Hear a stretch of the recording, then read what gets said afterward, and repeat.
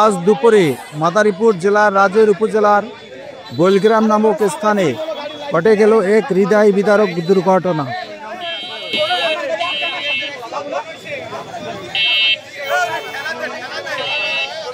ঢাকা বরিশাল মহাসড়কে মুখোমুখি সংঘর্ষ হয় প্রাইভেট কার ও একটি যাত্রীবাহী বাসের মাঝে।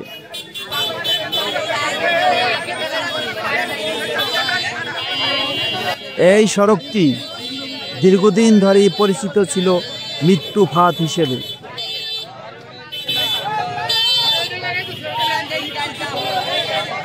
সরু, পুরাতন এবং উচ্চ গতি যানবাহনের চাপে প্রতিদিনই বাড়ছে ঝুঁকি। আজকের দুর্ঘটনায় প্রাইভেট কারের অন্তত 10 জন যাত্রী মারাত্মকভাবে আহত হয়েছে। বিশেষজ্ঞরা বারবার বলেছেন, ঢাকা বরিশাল মহাসড়ক দক্ষিণাঞ্চলের প্রাণ, কিন্তু এই প্রাণ আজ মৃত্যুপুরীতে পরিণত হয়েছে। এই রাস্তাটি শুধু যানবাহনের চাপে ন্যূহ্য নয়, বরং একমুখী যাতায়াতের অযোগ্য। প্রায় প্রতিদিনই ঘটছে বড় দুর্ঘটনা। যানবাহনের চাপ ও রাস্তার সংকীর্ণতা মিলিয়ে এই রুট সবচেয়ে ঝুঁকিপূর্ণ। এই রাস্তা 6 লেনে উন্নতি করা না গেলে দুর্ঘটনা কমানো অসম্ভব।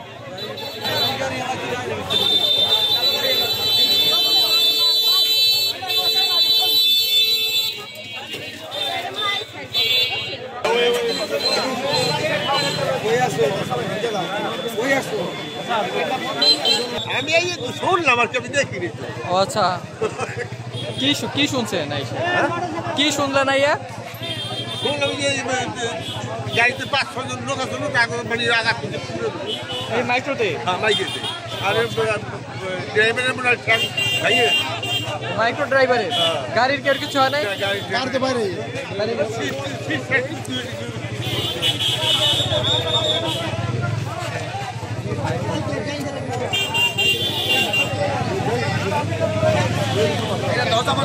আমি আইসি পরে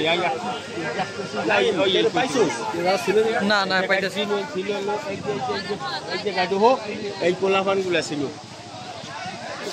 আমার বাসা এলাকায়।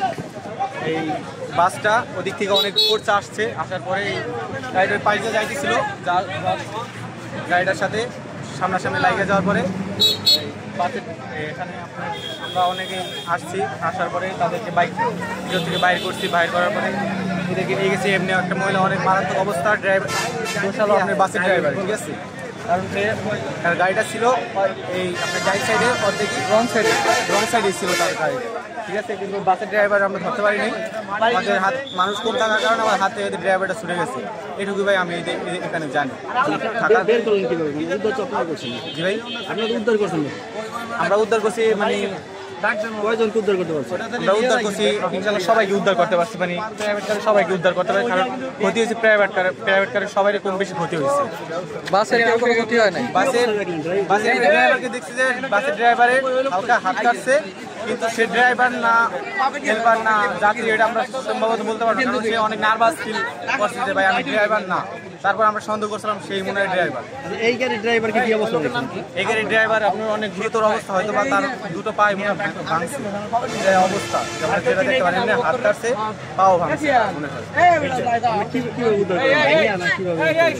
তাদেরকে আমরা অনেক কষ্ট করে, অনেক মানে পরিশ্রম করে তাদের ওই আপনার সামনের সাইডে ভাঙিয়া সবাই শাবল দিয়ে বা অনেক রশি মশি অনেক কিছুর মাধ্যমে তাকে আমরা ওই সিপার ভিতর থেকে আমরা উদ্ধার করছি। এইটাই চাপা পড়েছিল, অনেক চাপা, মানে গুরুতর অবস্থায় চাপা খাইছে। এইটাই